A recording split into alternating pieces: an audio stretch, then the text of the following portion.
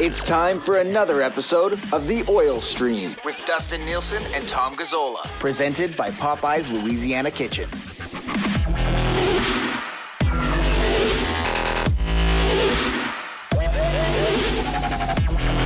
What's going on, everybody? Welcome to The Oil Stream. Dustin Nielson and Tommy Gazzola with you right here at Edmonton Sports Talk. If you are listening live online at edmontonsportstalk.com or on the free TuneIn radio app, you can text us anytime, 780-218-9999. The Edmonton Oilers have won 7 in a row after getting it done yesterday afternoon. And Duck Dad's already in there and says, Nurse is the value contract. I love it. Things are turning in the right direction. Let's bring in Tommy Gazzola. Tommy, how you feeling today, buddy? Not good. Not No? good. Not good. Good enough to. You want some ginger ale? Yeah, ginger ale might be okay right Good, now. good. I'm trying tea right now. Okay. Not doing great, but we'll gut it out for about an hour here. But we had some texts yesterday about the Nurse contract. He played good, guys. He did good. He's playing well. He's playing well. Take a deep breath. It's okay. He's doing fine. So what is it? How is it? I mean, here we are diving. Like, first of all, once again, you can text us 780-218-9999, or you can hit us up in the nasty chat as well. K. Gill says Nurse has been amazing. That hit and his defensive play have been absolutely amazing. Tommy, what is it? Like, what is it about Darnell's game that all of a sudden seems it's clicking right now in pretty much every aspect of it? Simplified. And Cass and I talked a little bit about Nurse yesterday, but he's making the right plays. His hustle's there. He did a great job. There was a 2-on-1 yesterday or 3-on-1, and he had jumped up into the offensive side of things, and then he came back, and we're sitting there in the press box, and Chager's like, "Get back, Darnell, get back," because Chager's a coach, and we're all saying thinking the same thing.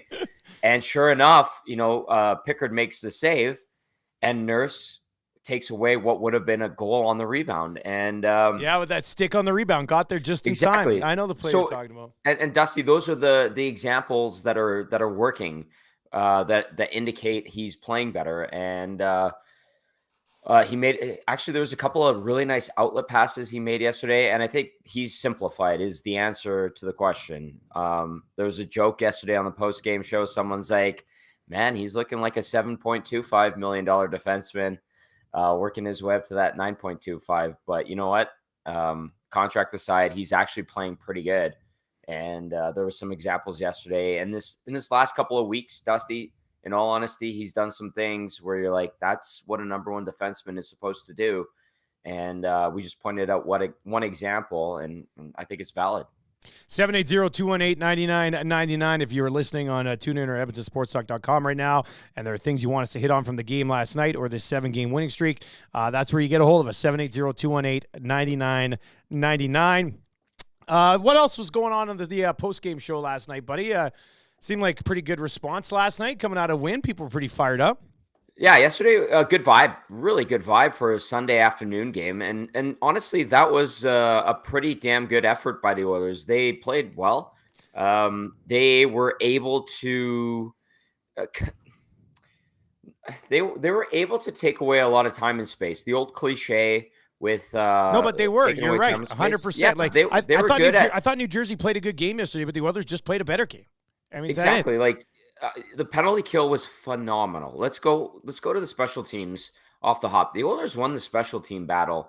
That was a power play that New Jersey had that was at 34%. It looked like the Oilers' historic power play coming into the game. It was something that the Devils could rely on, and the Oilers were good. They contained. I think that is a good word to describe yesterday. The Oilers contained New Jersey, and not only on the PK, but 5-on-5 as well. Like there were a few opportunities in that third period where the Devils had a few looks, but overall, I think the Oilers did a good job of containing New Jersey. And I think it was highlighted and emphasized by the PK. Yesterday, Cass and I talked about how the Oilers up top, when the Devils were trying to work it up there, their rotation was nice. They were able to time things out properly. You would see whether it was a Connor Brown, whether it was a Derek Ryan, whether it was Ryan McLeod, but you saw, or Ryan Nugent Hopkins for that matter, you saw them rotating nicely up top, and it kind of threw New Jersey off of its rhythm on the power play. And then I think as a whole, Edmonton was good at doing that in its D zone the majority of the game. And we saw that 20 shots against, and the shots that Pickard did see, he was good, especially in the third period. So good containment from the group, 5-on-5, and then especially when it was killing penalties. That Oilers team played a good game yesterday, Dusty, and they earned that 2 points. They definitely did. And you can chime in 780-218-9999. You can also hit us up in the nasty chat today as well. They end up coming away with a 4-1 win against the New Jersey Devils last night. We're going to kind of dive into this one a little bit as we work our way through this game. Calvin Pickard, though, huge game for him. He ended up getting both the hat and the plunger. I mean, a very rare sighting for that in the Oilers room. But I thought he deserved it. I thought that the team around them, and this is something I tweeted out watching the game last night, they're not giving up anything down the middle off the rush. They're not giving up anything in the middle when they're in the zone. So it's making things, life is so much easier on the goalies right now than it was 5 weeks ago. And I'm not taking anything away from the goalies because now they're doing their job very efficiently. And I thought that's how I described. Like, Pickard made a couple of really nice saves last night. Don't get me wrong, but he also just made all the steady ones that you needed from him last night. I thought, I mean, you can't have much of a better game. Had no chance on the one that ended up going into the back of the net. Made a huge save late when they were still up 3-1. Would have made it a 3-2 game there with some time left. You cannot ask for a better start from Calvin Pickard, I don't think. No, and like I felt a little bit of validation talking last week here on this show on the pre and post game, saying there shouldn't be a rush to get Jack Campbell up here. There shouldn't be an immediacy to it. And I think Calvin Pickard did a great job yesterday in showing why there is no need to force a return for Jack Campbell. And he was rock steady, Dusty. He was rock steady last night, and that's all you want from a backup goalie, and he provided that yesterday. And to see him rewarded with his first win since early 2022 was nice. He made some excellent saves. Highlight reel variety, you could debate that, but they were solid and they were timely, and that's exactly what you want from someone who plays maybe once every 2 or 3 weeks. And so I think there's some validation in that. I think it emphasizes the not necessarily needing to get Jack Campbell up here. And I think for some Oiler fans that didn't really know Calvin Pickard before, it gives them an understanding of why the Oilers went out and signed him, not this past summer, but 2 summers ago, as a third stringer, because you never know.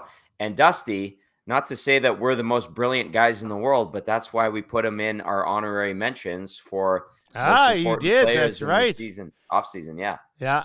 Dr. Gonzo says these hats are straight fire, boys. Yeah, these are new Cool Bet lids. Show off that mug again there, Tommy, too. That's an Edmonton Sports Talk Nasty Club. There's some good tea in here today. I'm not. What type of tea are you doing here? What do you? Orange Pico. Orange Pico. Hey, interesting. Yeah. Regular like Earl Grey, it doesn't do me any favors, but a little Orange Pico with some honey, a little bit of citron in there, it feels good. So yeah, we're battling through today. Hey, I know there's been a lot of praise of Paul Coffey with the defense. I'm just curious, how does Mark Stewart factor into all of this, man? Because you see him with the board out on the bench working on stuff, in the game. He's obviously the penalty kill, going to get a lot of the credit for that, clearly. But how much do you think he's kind of impacting everything that's going on there? See, like Knobloch and Coffey come in, but, elevated role for Stewart here. And I kind of feel like he might be flying under the radar a little bit for the credit that he deserves. Yeah. Um, let's give him the credit for the PK because it has been excellent. I think it's 38 kills of the last 42 power play opportunities against. Yeah, absolutely. And just the one goal against in the last, 6 games, I believe it is. So he deserves credit for that. And you know what, Dusty? I don't want to take away from Dave Manson. I don't want to take away from what Chris Knobloch's doing. But when you look at or Paul Coffey for that matter, because I know a lot of people are praising Paul Coffey, and good for Paul Coffey for what it sounds like, hearing the players talk and then listening to those that are around the team. Paul Coffey, let's start there before we deep dive into Mark Stewart. Paul Coffey is giving like a positive encouragement, reinforcement. From what I've heard in the last couple of weeks, where Paul Coffey's impact is he will ask a player what they're seeing, how they feel things are going, and then he'll give his opinion. But at the same time, it's just an encouragement type of thing. How do I support you? Well, okay, this is what I know. This is what I used to do.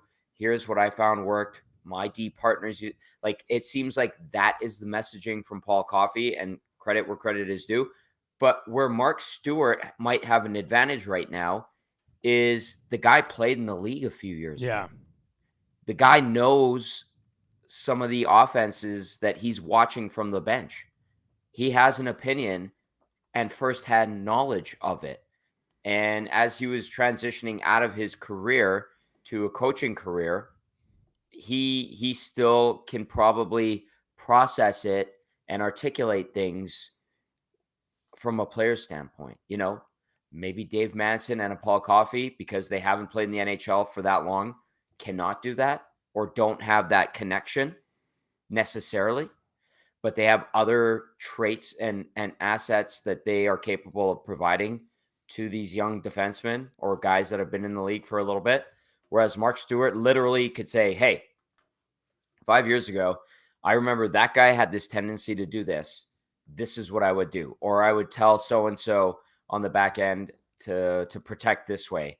And that's what worked. So I think that's where Mark Stewart might have a leg up on those other guys that are a little bit older and are a little bit longer in the tooth. Is Mark Stewart played against these guys, and good on him, because it seems like he's been given and provided some trust, and he's empowered, and he's taken and he's run with it. And Dusty, this PK, which was terrible, honestly atrocious out of the gate, is pretty damn good right now. Like, to the point where we're sitting up there yesterday and we're just like, look at this. Like, the Oilers handled the best power play in the league last night very well, very efficiently. Sticks in lanes, bodies in front of shooting opportunities, and again, forcing the New Jersey Devils into areas of the ice where they probably didn't want to go. And yeah, Mark Stewart probably has a lot to do with that right now.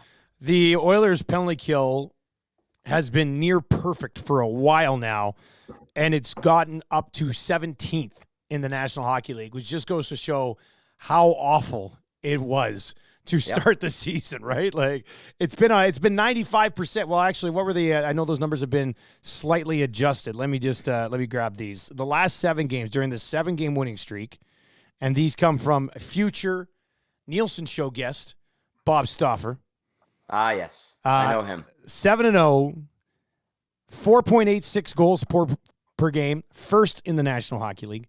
1.71 goals against, first in the National Hockey League. The power plays at 43.5%, first in the National Hockey League. And then the penalty kill at 95.8%, second in the National Hockey League. So, I mean, the penalty kill has been almost 96% since November 24th, which is pretty damn good on this 7-game winning streak, which kind of brings us around to the bigger conversation that we had a little bit earlier on here on Edmonton Sports Talk today, and we'll get into that. Of course, portions of the Oil Stream brought to you by our great partners at Popeyes. If you're looking for something for lunch today, may we suggest the new wings. You can try all 5 flavors if you want, or pick any of them. Signature hot, honey garlic, honey barbecue, garlic parm, and the ghost pepper. 6 wings for $9.99, and they're not little wings. They are big, breaded, sauced wings. absolutely delicious. DoorDash, Skip the Dishes, and Uber Eats. You don't even need to leave wherever you're at right now. Like you could actually order. Somebody should try this right now. You could order Popeyes on Skip the Dishes right now and have it by the end of the show in 40 minutes. That would be an all-time turnaround. I'd like to see somebody do that. Grab those wings, signature hot, honey garlic, honey barbecue, garlic parm, and ghost pepper. Now available at Popeyes. So the numbers I just read out are not sustainable, Tommy. They are not going to score almost 5 goals per game for the rest of the year and allow less than 2 and have a power play that's almost 44%, a penalty kill that's 96%. I mean, if they do, they're sweeping their way to a Stanley Cup championship. Like that's how ridiculous those numbers are. So the question we were asking earlier today is, are the Oilers, with what we're seeing right now since November 24th, as Staff had with those stats, are the Oilers, with what we're seeing right now, just as good as the team that we saw down the stretch last year? Where would you come out on that? Because we asked it of Rashog earlier today as well. Where do you come out on this? Interesting. I don't want to give them that praise yet. I personally don't. I still know, and I feel like recently enough they have underperformed, where I don't want to give them the credit for the team that we witnessed last year. You know what I mean? Because they were dog shit, Dusty, for 5 weeks. Yeah, really bad. They were absolutely terrible. 6 weeks, really? 6 weeks. Fair enough. And this is the same group. So I personally, and this is how I look at things and how I evaluate sports, I do not want to give them praise as a team that was contending last year and that was, 2 wins away from going to the Stanley Cup final after probably getting through the Dallas Stars. Let's not kid ourselves. They probably would have. But to me, how poorly they performed in the first 6 weeks, like you said, is not lost on me. And I can appreciate what they have done in these last few weeks. I can appreciate the body of work that they're putting together. And that's the team that we're supposed to be seeing, where they can string together stretches of 5, 6, 7 wins in a 10-game span. That is what they are supposed to be. But I cannot just let go of the first 5, 6 weeks of the season and say, oh, that's a blip on a radar. No, it's not. That was the same group playing like absolute dog crap, costing 2 coaches their job. So no, I'm not going to, I won't say that they're the same team from last year that was making a run. Absolutely not. I'm not willing to go that way. I'm pretty close on it, just because those coaches that they had. You're a homer. Well, I always have been, but those coaches that they had, they're gone, right? Like, this is the team now. And the team now, with Stewart in an elevated role and Coffey, I guess, providing like reinforcing encouragement for the group. And then, the head coach in Knobloch, who's obviously, whatever he's done has worked as well. Yeah. I don't know, man. Like, I think they're pretty close to the group that we saw down with the way they're playing over these last 7 games. And now you're saying, that same group still lingers there from the disaster that we saw to start the season. So we'll see how it works. They just seem to be playing so much more aggressive in all aspects of the game now than they were in the first part of the year, right? So they've got going for them. One of the other things that we'll get to, and we got lots to continue to discuss here, and we'll dive into the game a little bit deeper as we work our way through the oil stream today. Connor McDavid was insanely physical last night. And I don't know if Ryan McLeod's brother did something to Connor along the way, or Connor said, you know what, Ryan? I'm going to treat your brother. This is how you need to play. You need to play physical. I'm going to keep hitting your brother until you start doing the same thing in games moving forward. But and now McDavid can play physical. I mean, he doesn't necessarily need to all the time, but he's not a small guy. Like, McDavid has a very big frame, and he's a strong dude. So he can throw his weight around a little bit. He doesn't do it all the time because it's just not necessary. But, man, he had a burr in his saddle last night, didn't he? I thought he was all over the place physically last night. Yeah, I thought that was kind of funny. If you're Ryan McLeod sitting on the bench, like, do you say, hey, can you please leave my brother alone? He was all over him, man, like 3 or 4 times last night. Like, yeah, Because that was a Poor cross Michael. check too, was it not? The cross check was on the glass. Like that should have been a penalty. But Yeah, but and- still, yeah. like that was he was all over him. He was all over. Good to see. And that's leading by example. And obviously, McDavid is capable. You're right. He is surprisingly bigger than probably most people think. He's not like thick or anything like that, but he's a It's a big sturdy guy. Like, he's frame tall. right there. Yeah. Yeah, exactly. So I appreciated that. I thought he was fantastic. And if your captain is doing that, Dusty, what does that tell the rest of the group? It's like, let's go. It's a Sunday 2:00 start, and the best player is engaged in the game, and he's going hard, and he's beating up on someone's young or older brother, which is kind of funny. I hope Ryan was like, "Hey man, my brother used to be a real prick to me back in the day. Connor, can you go blow this guy up a bunch of times?" And then Connor's like, "I'm your captain. I'm your leader. I'm going to go do that for you." What would you like me to do to your Yeah. older brother? What did he do to you? I think that's like Paulie going to you and being upset about something that I've done and be like, "Can you please beat up on Tom?" That's what it is. I would do it, but I would be crying. I'd be like, "It's for your brother." Oh God. Yeah, that would be that'd be pretty funny actually. Anyway, it was. But good. he It was very good to physical. see. It reminded me Yeah. of that hit he had against the Kings. Remember the playoffs last year? He kind of got going or set the tone early, and then, yeah, I don't. I liked it. Me too. Doesn't have to do it all the time. Like the last thing you want is for him to put himself in a tough spot physically and get banged up by doing it. But I think last night was a good sign that whatever was bothering him earlier in the year, if for some reason you're already like, oh, who knows if it's clearly not lingering now because he was fully engaged physically the entire bloody game. So He's good. There's no question he's fine. Dusty, every one of his puck touches too, on top of the fact that he was physical last night, his puck touches too were pretty damn brilliant. Every time he got it, he was making something happen. So the McDavid's back, and I think the physical side as well as what he has been capable of doing. I mean, we saw the goal on Friday against Minnesota. Like he's okay. Clearly, his body and his mind are aligned, and the Oilers are benefiting from it handsomely, I would say. 780-218-9999. We'll get to some of your questions here. We still got about 30 minutes left in the oil stream today. So what do you need to ask us? You can hit us up at 780-218-9999 or obviously in the nasty chat as well today. Let's dive into this. Portions of the oil stream brought to you by our partners over at One Putt Virtual Golf, www.oneputt.ca. And hey, how about this? One Putt's Virtual Golf Winter League sign up is now open. 8 weeks of flexible 18-hole league games that you can play based on your schedule. It'll start December 27th and end on February 18th. So you can also play your league games with friends who are not in the league as well. You just sign up for $350. That'll include 8 hours of golf and your league fees. And then you can pay league fees of $50 and pay for your hours at their regular rates as well. So you get a little bit of a deal if you sign up for the $350. For more info, you can visit them at www.oneputt.ca/league. That's www.oneputt.ca, the number one, the word putt.ca/league for more details on the Winter League sign up. And I like this. You can play your league games with friends who are not in the league. So if you just want to go hit it up, you're a league member, you can slide in, you can play with your buddies, and your total will count towards league play as well. And who doesn't love a little competitive golf all throughout the winter? You can find them on Instagram at One Putt Yeg. That's One Putt YEG.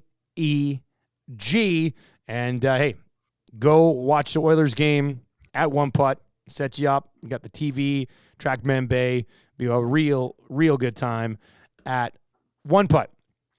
Tommy, as for this game last night itself, and we'll get to some more of the text messages and stuff, obviously, as they roll through here. But for the team to start the way that they started last night, and by that, I mean with Derek Ryan and Sam Gagner being out there for a goal that kind of gets them going late in the first period, big timing on that goal as well. Mm-hmm. But, when Gagner and Ryan and Hamblin get out there together, I like you got this younger guy, a little bit of buzzsaw out there with two veterans who are savvy. They both have a certain level of edge to their game. Sam maybe a little bit more so.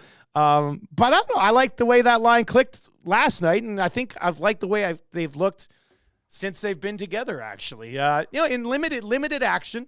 Not going to be a ton of results, But if they can come out of things positive all the time, I mean, you're gonna be leaps and bounds ahead of where you used to be with the bottom six.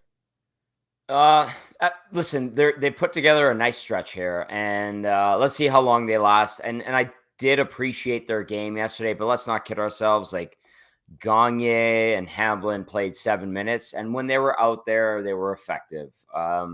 Gagne was a game removed from basically being benched after a bad turnover a couple of nights ago, and to see him bounce back is nice. That's good.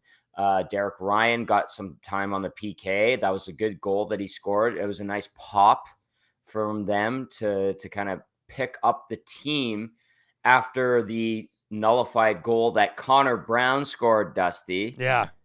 So he's getting close. They got that call right. That was clearly goaltender. Yeah, as soon as it happened, I was sitting there with Marshall watching the game, and I was like, he goes, I said, no. I said, don't you get too excited, son.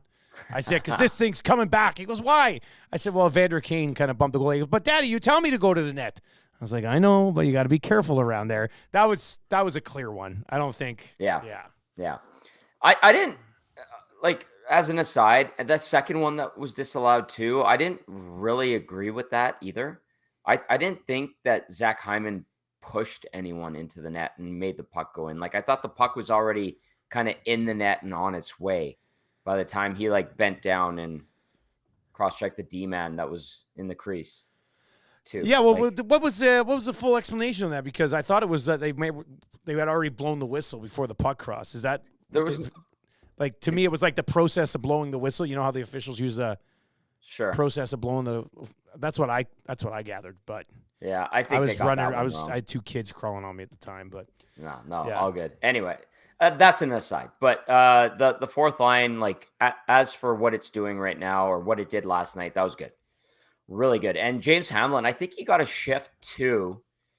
I can't remember if it was after a power play, but he got he got elevated for a shift, and I thought that was one where like there was some trust there from Chris Knobloch into James Hamblin, being like, "Here, I'm going to put you into a shift with two guys in the top six, and go give me a good 45 seconds." So, you know what? From what they're asking of the fourth line, that was good last night, and in general, they've been respectable.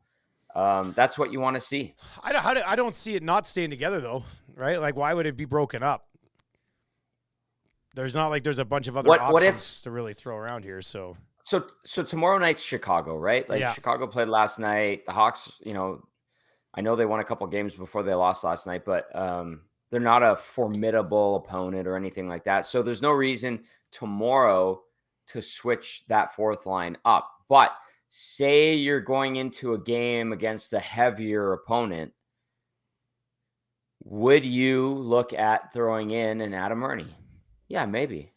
And then we also had this. I don't think I would, too. But like maybe. I'm not saying 100%. I'm just saying maybe you would look at it, because I don't think that Hamblin, Ryan, and Gagne, despite not being the biggest guys in the world, because they're not, I don't think that playing a bigger opponent, taller defense, whatever, rougher defense, I don't think for any one of those guys that's a burden. I don't think it affects their game whatsoever, and I think they're gonna still buzz around and do the same thing. So yeah, I understand that. But if you really do think you need somebody who can throw their weight around, and maybe you think Sam's getting tired or something like that because he's a little bit older, maybe you throw in an Adam Ernie, but I don't think there's a need necessarily right away here going into Tuesday's game. So it's encouraging to see the fourth line do what they did yesterday. It's good to see Sam Gagne bounce back after, riding the pine for a little bit the other night on Friday after a bad turnover. And to them, getting rewarded is another indicator that they're doing the right things, I think. Evan Bouchard, the point streak continues. He had a rocket on the power play just past the midway point of the second period. Draisaitl and Nuge drawing the assist on that one. He is on quite the run right now. And this point streak also does include sounder play defensively, doesn't it? Is that the most important thing about this? Yes. And when we talked about Evan Bouchard last night with Cass, Obviously, you give him the praise for the offensive prowess and this really, really fruitful stretch that he's put together here offensively. But on the back end, in his own zone, he is not anywhere near the same guy that we witnessed for, again, 4 or 5 weeks, maybe 6 out of the gate. He's solid, steady. He is making the right plays. The reads are good. Matthias not Yamark. Yamark's been excellent, by the way. Ekholm has been fantastic, and maybe Bouchard is benefiting from Ekholm being closer to 100%, which is excellent. But he has been much better in his own zone. And I can't remember who texted in, but I think it was Austin Hockey a couple of weeks ago, and you and I might have even deciphered it a little bit on the Oil Stream. But he was saying that his expected goals for was 62%, and that means his defense was okay. And you and I in studio were like, no, it's not okay. But lately, well, but you know why? He was making big mistakes. Like the numbers would still look okay because most of the time the puck's at the other end of the ice anyway. Yeah. But he was making these significant mistakes that ended up directly in the back of his net, which brought on much deserved criticism, no doubt about it. Recently, he has stopped doing that. And because of that, the criticism's not there because it doesn't deserve to be laid out at this time. So if people are wondering, like, well, nobody's saying anything about Bouchard's defensive game now, it's because he's been playing better defensively. This is what happens. Yes. When a player plays like garbage for a stretch of the season, they're going to get called out for playing like garbage for a stretch of the season. When they when they start playing sound defensively, you're not going to hear that anymore because he's not making mistakes that are directly leading to pucks going in the back of his bloody net. I mean, he's been offensively, he's just a juggernaut. And defensively, he has been well beyond what is required during the 7-game winning streak. I think that's a fair way to look at it. Absolutely. It's a fair way to look at it. And so, listen, it's okay to rip on him when he's making mistakes like he was. And it's okay to heap praise when he's playing extremely well like he is. And that's just the process of the roller coaster ride that is an 82-game season. And Dusty, you highlighted some things there. His offense will generally always be there. But to see him back it up with just consistent, simple defensive play and reminding us what he did in the stretch and in the postseason last year and 2 years ago wasn't by mistake or wasn't a fluke is nice. And it's good to see him doing it earlier this season as opposed to waiting till 40 or 50 games in.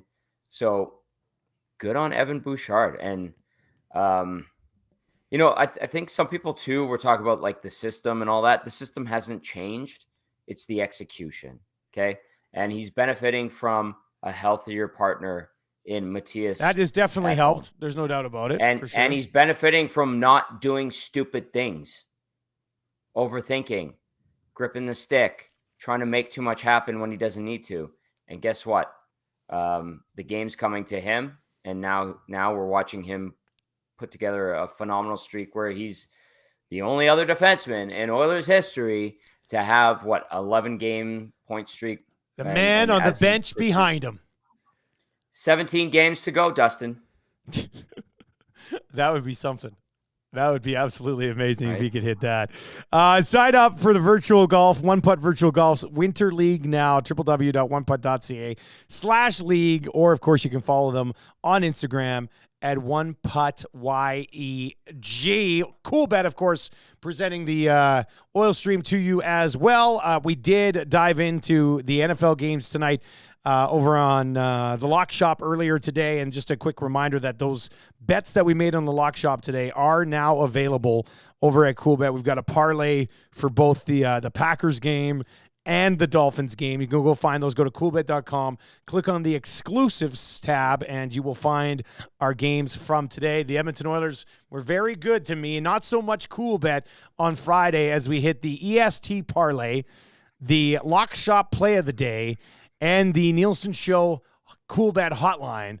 Knocked them all out of the park. It was a perfect day. If you were riding with us on that one, you definitely cashed. So that was very nice. Everybody did extremely well on Friday. And yesterday's game would have been interesting because I probably would have been on the over, but we didn't do a parlay, and then I ended up coming in on the underside of things. So we would have probably missed on that one yesterday. I'll just be honest with you. And we'll reset and try to go after it again against the Chicago Blackhawks tomorrow. By the way, Tommy, with that game tomorrow, we got a text message on this. What are your guys' expectations for Connor versus Connor battle tomorrow? Does McDavid put Bedard in his place and show him who the big dog is? Yeah, actually, yes. With the way it's going right now, man, I don't see Connor Bedard outplaying Connor McDavid tomorrow. You know? No, and this is a little bit of what we watched with McDavid and Crosby and these guys, and like tomorrow, Dusty at the rink, because it's going to be asked, and it always is. It's just the nature of the business. You know, what do you think of this guy? So they'll ask McDavid about Bedard. Bedard will be asked about McDavid. McDavid will be praised by Bedard. And both guys, I'm pretty sure, are not going to give the media much when they answer our questions tomorrow at the rink. So they're not going to provide any fodder. But there is that hype. It is a real thing, and it's understandable.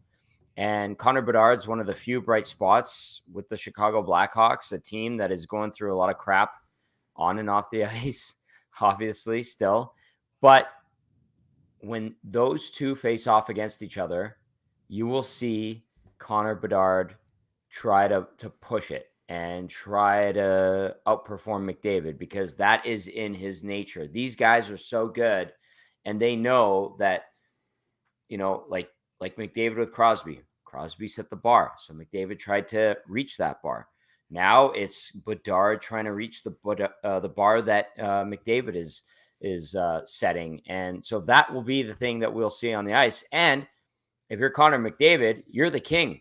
You're the king. You've got the crown, reluctantly or not. You got it, and he will try to put Connor Bedard in his place on the ice. He will wax poetic about how amazing Connor Bedard's player is, but on the ice, we will probably see McDavid do everything to make sure Connor Bedard knows that Connor McDavid is still king. And that's just the nature of the beast. You can text us anytime, 780-218-9999, or hit us up in the nasty chat as well. Rip City Step says he's got an estimated arrival time of 12:55 on his wings. So it's going to be tight. Let us know, Step, if you're biting into those by the time we get to the end of the show today. D. White says, Bedard is having a great rookie season, but he is no McDavid. I guarantee Bedard doesn't win the scoring title multiple times in his first 7 seasons. Yeah, but D, you know why that's not going to happen is because Connor McDavid's going to be in the league and probably win the majority of those scoring titles. So that's a tough spot to be in for sure. But Connor Bedard, he's been, considering the situation he's in Chicago, as Tommy talked about a little bit, I think you have to be pretty pleased with what you've seen so far from him. As always, portions of the Oil Stream brought to you by our great partners over at Boston Pizza, where they have the new square footer. You're seeing these commercials popping up on TV right now. They've got a great ad actually over on for Alberta at Boston Pizza NA. Be merry and bite, as opposed to be merry and bright, which is very clever marketing. I love it. The square one-footer, we had a crack of this a couple of months ago. Yes. But it is out. There's 3 different flavors. The all meat one was absolutely insane, but it's like a foot by a foot square pizza. Definitely different than whatever you can get usually at Boston Pizza. By the way, it's Monday, so individual pizzas for $10 tonight if you want to go grab a bite to eat at Boston Pizza. I hit up a BP's the other day, actually. I was, but I got distracted there. The square footer is delicious. I've tried 2 of the 3 flavors. Love them both so far. You can't go wrong. It's nice to see Boston Pizza mix in a new type of pizza, which I think you really love. But where was I? I was dropping off. I had to get Marshall's skates sharpened on Friday. So I took him to Pro Hockey on the West End here, just down the road from the offices. And it was kind of busy. He's like, hey, we're going to need him for like 25, 30 minutes. And I was like, okay. So I was going to just go out and like sit in the truck and everything else to do. I was going to, I wander around for a bit. And I was like, man, there's that Boston Pizza right there in Mayfield. So I just popped over, went to the bar, had a spiced rum and some Thai chicken bites. In and out, 23 minutes, back over to pick up the skates and off to home, buddy. It was great. And I don't even mind being a guy who goes in and sits at the bar by himself in the middle of a Friday afternoon. I didn't even care. I was just like, you know what? I love the Thai chicken bites. Shame. I could use a drink. It's the end of the week. It worked out really well. It was nice. No shame. I respect that very much. I also appreciate you not going into the shooting cage at Pro Hockey and trying to test out sticks. As an adult? Yeah. You see some of those guys that go in there and you're like, Don't do that. You look like a jackass. But I would do the same thing. I'd probably go to BP. I might get the Thai chicken bites. I just are know really they're good, turning them around quickly, right? So I was just like, let's go. Yeah. Thai chicken bites, let's go. I'd probably get like the cactus cuts if I'm like trying to go for a snack, and then I might get a beer. Or you know what they have that I really appreciate is twisted tea on tap. And they do have twisted tea on tap there, don't they? Mm-hmm. Yeah, that's wild to me still. Yeah. It's good. It's good. Anywhere. I know you had a bad experience at Grey Cup a few years ago. Yeah, I mean, I OD'd on twisted teas, whatever. I mean, you learn your lesson. Yeah. You move along. Surveyor Brett says the square footer, a knife and forker. You can knife and fork it. I ate it with my hands. I'm a crazy guy, but you can do that at Boston Pizza. Yeah, you can do that at Boston Pizza for sure. Yeah, this food talk is not making me feel good, but especially because you're not feeling well anyway. Yeah. You want me to order a square footer for you, Tommy? No? It'll sit for the next 2 days. It'll be good in a day and a half or something. But it is a good pizza. Yeah. No, it's legit. Okay, Gil, I see your question. We're going to get to it. Of course, you can send yours to 780-218-9999. Hawk is asking, any of your beer in Spruce?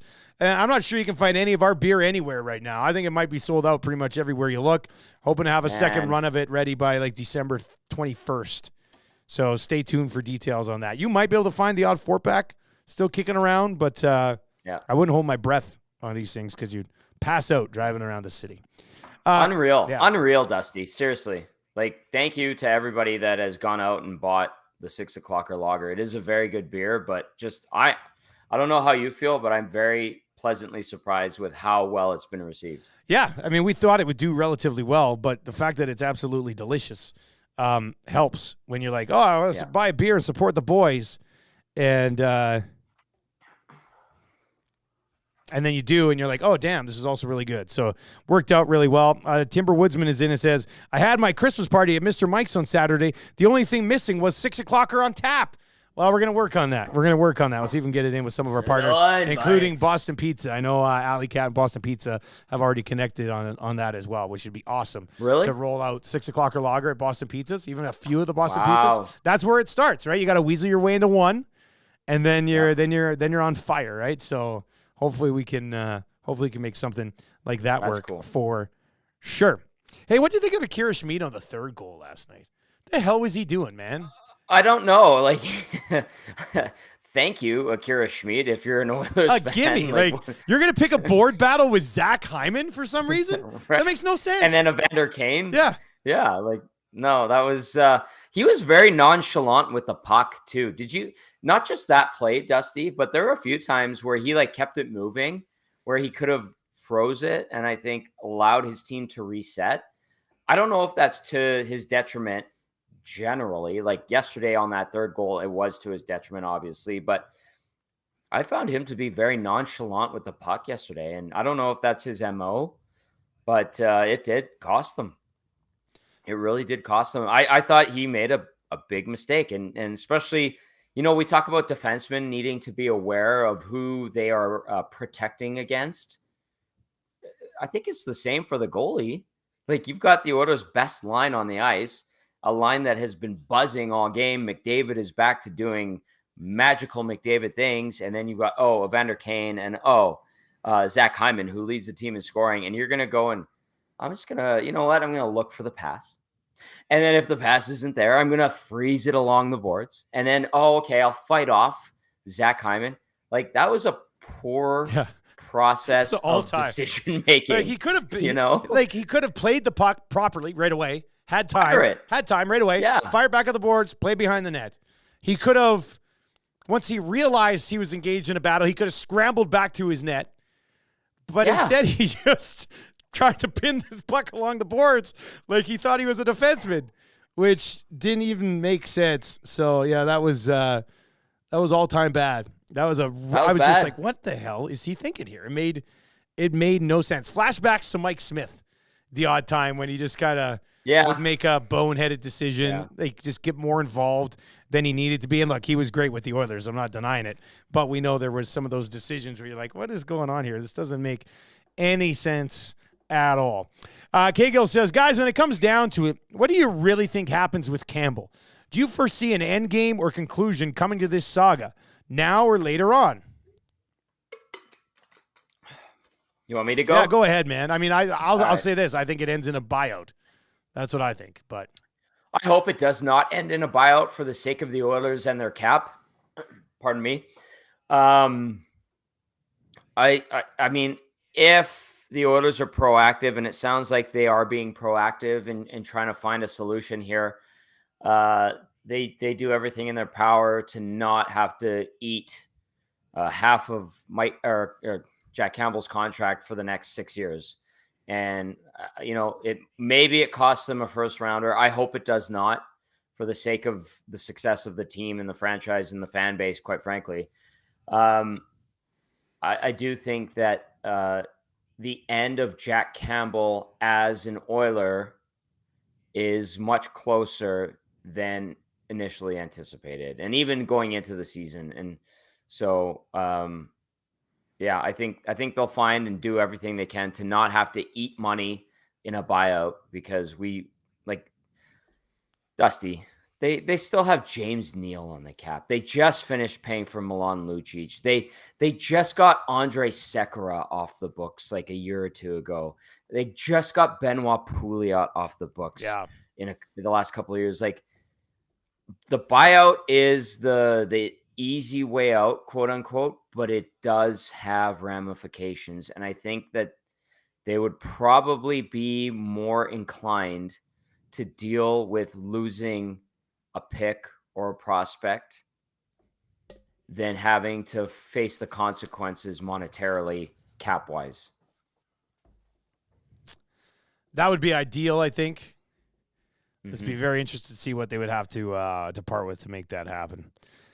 This text is in and says, my wife had her Christmas party at Villa Bistro downtown, and they had one alley cat spot. Had one alley cat brew. So I made sure they knew that there's a new 6 o'clocker lager out there from Alley Cat, and they said they'd look into it. Let's go. Beautiful. Beautiful. I want to be able to walk into that place, or I want to be able to walk into Boston Pizza, and when you sit down at the bar and they go, what do you want? I'll say, I'll get a 6 o'clocker on tap, please. Like, they having a beer is awesome, but being able to go into like a major restaurant and have it on tap would be, that there's that gif of like Vince McMahon where he's like, and then like this, and then like, that's what that would be. It's like, you come up with 6 o'clocker lager, boom. You launch it, boom. It goes extremely well and gets made permanent, boom. You have it in the bar, boom. Like, that would be, that'd be awesome. Villa Bistro, by the way, I'm going to the doctor right after this, but that's where I'm going to the doctor. It is. You're going to the doctor at Villa Bistro? No, right across the street. Right across the street. I can't. If I eat something, it's not staying down right now. Like, it's, my God. But Villa Bistro is a really great spot that people don't give a lot of love to. I think it's kind of like one of those. Whereabouts is this place? It's like 116th Street and 100th Ave, I think. You come up the hill from Victoria Driving Range and Golf Course. Yeah. And it's like right there, La Marchand. There's that old La Marchand mansion. Okay. And Villa Bistro is right across the street in one of those nondescript, like 1960s, 70s era high rises. It's really good. I've sat on the patio there a couple of times, and I like that someone pointed out that Villa Bistro it's a good spot. I'm too intimidated by downtown to get down there very often. So what is wrong with you? Why don't you come down here? I don't know, man. Like downtown, it's just there's a lot going on downtown, right? So what? That's a good thing. I'm a local neighborhood guy. Everything I need is in the Hamptons. You think about it, like there's a Boston Pizza right there. There is a Sobeys Liquor just up the road on off of 87th. Where's your Popeyes? There's a Popeyes right over by River Cree. So I don't need to leave there. I live right by a Save-On, which is always my go-to. There's a McDonald's one way, there's a Tim's the other. A quick rip down to Terwilliger if you need to hit up some big box stores. Like I don't need to come downtown and be like intimidated by scary people. I don't. There's scary. There are scary people downtown. Like I don't need people. The last time I went downtown for business, a dude barked at me as we walked across the street together, and I was just like, you know what? Downtown's not worth it. If we have other meetings, I can Zoom people who are downtown. Like what am I supposed to do with this guy when he starts barking in my face? I was just like. I did. Don't react. I just turned around and walked the other way. Like I took the long way to where I was going. I was like, what am I supposed to do? Bark back at this guy? No, you just don't react. Like that's the beauty of downtown. It has all of those things minus the Soviet. I don't think the beauty of downtown is somebody barking at you like a dog when you're walking across the street, buddy. I know you love downtown, but that's not the beauty of downtown. That's scary, man. Talk about my neighborhood. You talk about my hood. You talk about my hood, dog. I don't know, man. Like that's my hood. I just don't see the need to go downtown unless I'm having a couple of drinks, and then I relax a little bit more, and I'm not as intimidated as like walking around and stuff. So you should come to my place. Like Awanik's been here, Cass has been here, Gager's been here. I think downtown. YouTube Trev has been here. Like you and Eric need to come over for a night of shenanigans and 6 o'clock or loggers. Yeah, that would be fun. Yeah. Well, you have to be better. And then we'd walk around. You have to be better by Friday because Friday we're having our little staff shindig on Friday, right? So yeah, I hope I am. I think I will be, but like usually I don't stay sick for more than 2 or 3 days. Guys, I worked for a few weeks outside of Tommy's building, and the things I saw, I can imagine. Was that Brett? Yeah, it's Surveyor Brett. Yeah. Yeah, I saw him. I got a chance to chat with Surveyor Brett. Yeah, they were fixing. I think they're burying some power lines in the back alley, and there's some stuff. There's definitely some stuff that you see around this. Derek says the beauty of downtown is Awanik's 25th floor condo, which Matty never lived out for the draft. That was too good. Awanik has a great spot. Like I love his unit.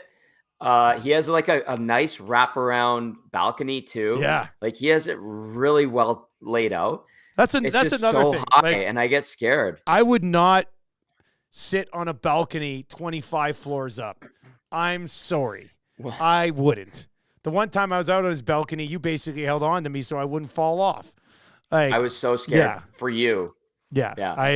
That's why I'm on the 9th floor, and then like 4 floors below is like an extended patio, and it gives me like this peace of mind that I'm like, okay, well, if I fall, somehow, you still be okay. I'm only going down 4 floors. Makes sense. I'll be okay. That makes a lot of sense. But Awanik, you're going like 100 meters down, and it's just like, oh my God, it's so scary. All I know is that next time I go downtown, if somebody barks at me again, that's it. I'm done.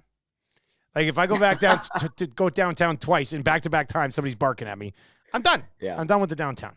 That's okay. You know what? Take Awanik with you, and he'll bark back. Like nobody messes with him, and he's very comfortable, as am I, around there. Like you look at it, and you're like, okay, you're something's going on over there. You don't worry. Somebody bark at me next time, I'll slap their nose like a young puppy. They just like, boom, stop it. Boom. Stop it. You want a treat? You want a treat? Stop barking. Like, my God. Yeah. Anyway, I get very intimidated. Hey, before we wrap, I got to get your thoughts. Over or under 25.5 goals the rest of the season for Jesse Puljujarvi in Pittsburgh? I tried to time that right when you put that water in your mouth. I thought maybe you'd spit it out. Over. Yeah, I knew it. You're a huge fan. You're a huge fan. I knew you'd take the over on that one. Now we'll see what happens. He's got the PTO. He's coming off the double hip surgery. I don't know. We'll see. But happy to see him get a PTO. Yeah, good to see him get a PTO somewhere, right? So.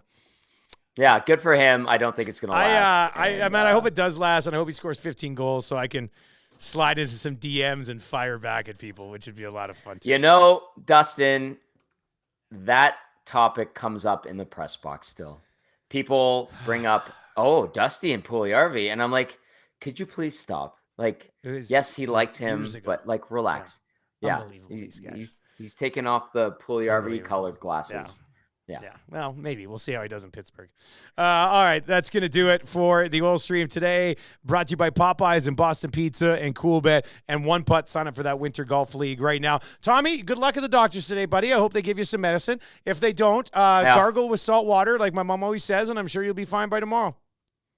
I hope so. Thank you, Dusty. Thanks for letting me gut it out from home. I appreciate it. And we'll see you tomorrow. All right. See you later, buddy. There you go. That's going to do it for the Oil Stream. Thanks, everybody, for being here today all day at Edmonton Sports Talk. Very much appreciated. If you're listening on TuneIn, Nielsen Show replay will start right now. If you're looking for some laughs this afternoon from a sports perspective, we've got you covered over there. Nielsen Show tomorrow morning, 6 o'clock, live right here on YouTube. We'll talk to you then.